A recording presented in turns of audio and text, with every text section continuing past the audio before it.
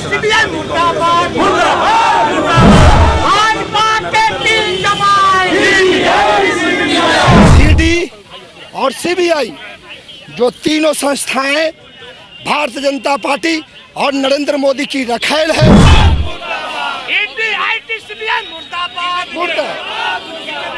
अमित शाह का जुमलेबाजी कारण देश का 14 लाख करोड़ रुपया गुजराती उद्योगपतियों के द्वारा विदेशों में भेज दिया गया। कर्नाटका के पूर्व मुख्यमंत्री येदियुरप्पा जो माइनिंग घोटाले में हजारों करोड़ रुपए के आरोपी हैं, उनको सीबीआई और ईडी और इनकम टैक्स मजाल नहीं है कि उनके साथ सवाल पूछ ले। 15 लाख रुपए खाता में आएगा। सुनिए, बीच में मत टोकिए। भाजपा की दलाली करनी है तो भाजपा ऑफिस में जाइए। 2014 में नरेंद्र मोदी ने क्या कहा था आप मीडिया साथी तमाम जानते हैं, लेकिन कहीं ना कहीं आप मीडिया दबाव में है। सृजन घोटाले में आरोपी, हजारों करोड़ रुपए के घोटाला, सृजन घोटाला।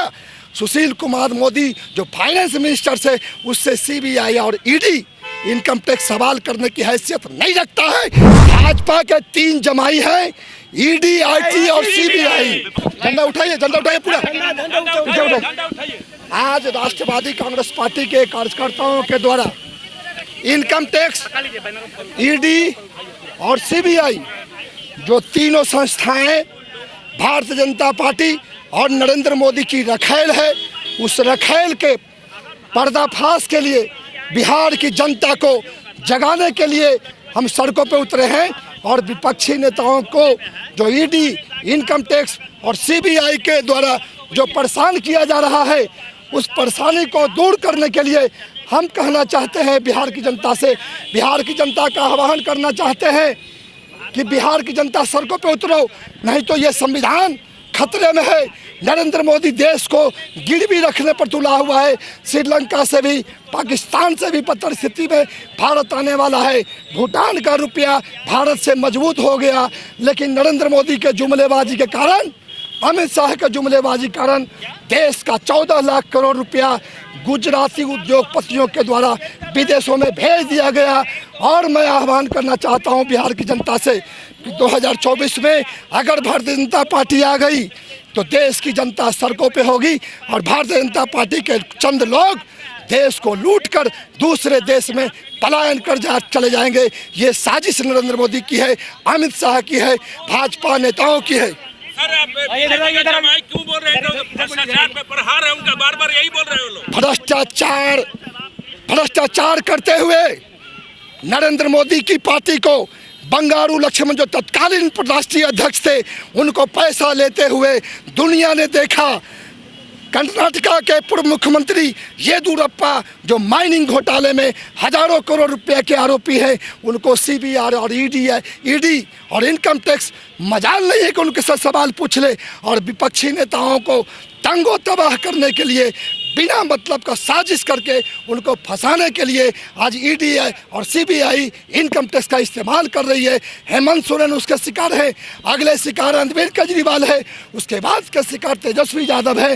लेकिन सृजन घोटाले में आरोपी, हजारों करोड़ रुपए के घोटाला, सृजन घोटाला।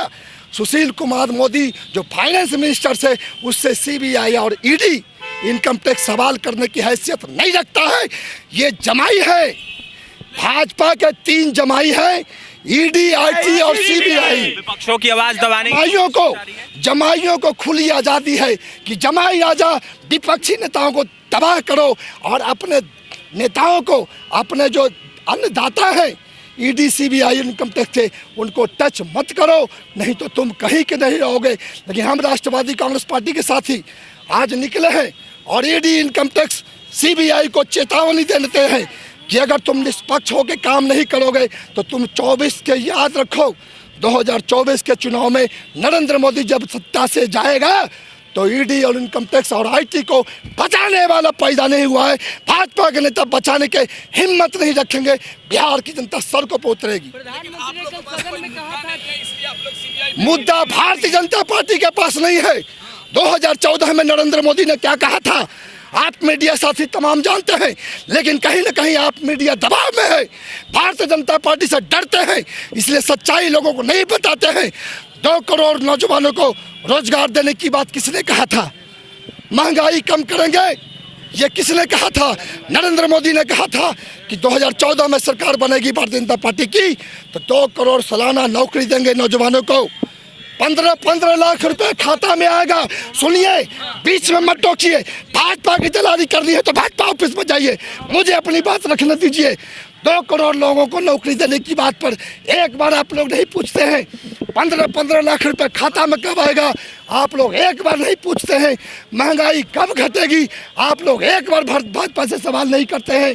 देश की महिलाएं मणिपुर में बेआबरू होती है, उस पर एक सवाल भारतीय जनता पार्टी के नेताओं से नहीं करते हैं। और किसानों की स्थिति दयनीय है। दुगने आमदनी करने देने की बात नरेंद्र मोदी ने किया था, लेकिन किसानों की आमदनी दुगनी नहीं हुई। खाद का दाम आसमान छू रहा है, किसानों का फसल का कोई लेने वाला नहीं है, खरीदार नहीं है। इसलिए राष्ट्रवादी कांग्रेस पार्टी तमाम बिहार वासियों को जगाएगी और भारतीय जनता पार्टी के काले चेहरे को उजागर करेगी, सड़कों पर उतरेगी। 2024 में नरेंद्र मोदी की सरकार को उखाड़ फेंकने के लिए राष्ट्रवादी संकल्पित है। बिहार की जनता को संदेश देने के लिए हम सड़कों पर उतरे हैं।